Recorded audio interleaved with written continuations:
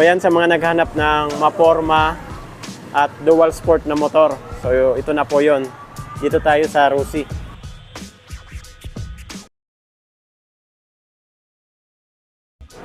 So ayan, what's up mga idol, Chris Ride Motovlog nga po pala. For today's, nandito ngayon tayo sa Rusi Motorcycle, Alabel Brand, Sarangani Province.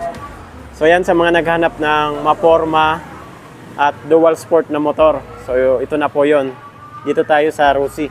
Ayan o. So ito po yung Ultra 125 ng Rusi mga idol. Ayan o. Grabe. Sobrang lupit ng pormahan niya. Alamin natin yung updated price, installment, at bigyan natin ng quick review itong motor na to ng pinakabago sa Rusi mga idol. Ayan o. So tingnan natin dito sa head niya. So ito yung head niya mga idol, may kamukha talaga.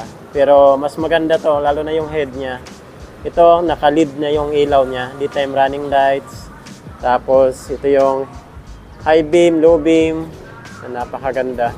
Then may nakalagay dito ano, ayan yung Rusi na logo. Yung design niya dito, parehas po talaga sa XRM. Ayan o. Then front fender naman, mapapansin nyo, napakaangas din ng plastic niya, yung design, kulay. Yan. Okay na okay po yung pormahan niya. Then ito naman po yung front telescopic niya, napakataas. Then may Rusi na naman siya dito. May rubber po siya dito mga idol. Ayan o. Ganda. Then sa ano naman po nito, braking system niya dito sa harapan.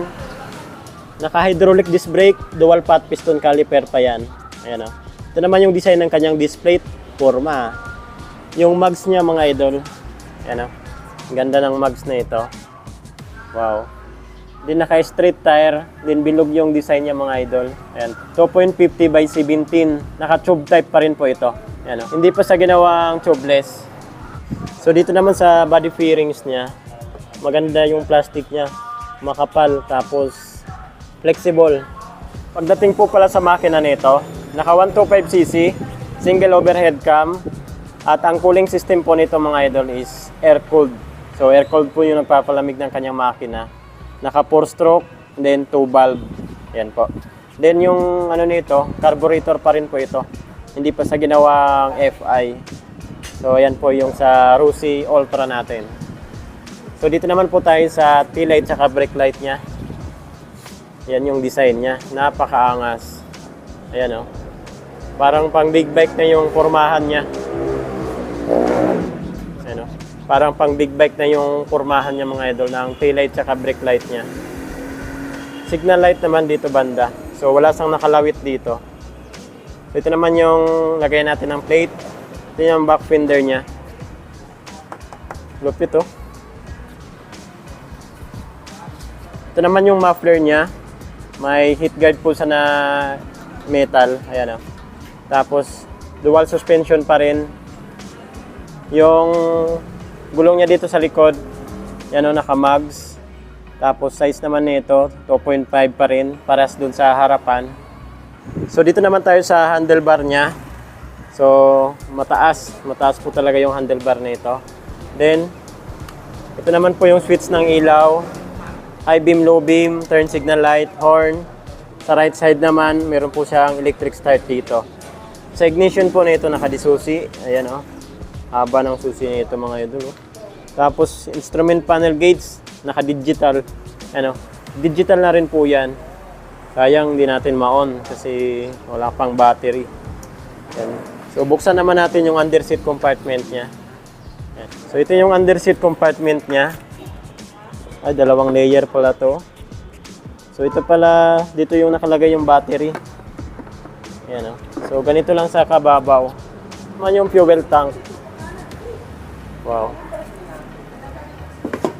So upuan po nito malambot tapos makapal. Ganda. Malambot talaga yung upuan niya tapos makapal talaga mga idol. Ito po ay naka semi-automatic motorcycle. So wala po sang clutch. Meron po sa ditong gear shifter. Ayan o. So hanggang 4 speed po ito. So dito naman yung foot brake natin. Ito naman yung footrest ng ating driver. At ito naman po yung kickstart assist. Footrest ng ating back ride. Ayan o.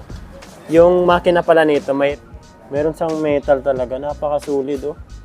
Sana gayahin to ng Honda. Ayan, oh. Solid niyan. Tapos dito plastic para maporma. Ganda, oh. So dumako naman po tayo sa price saka installment update nitong motor na to.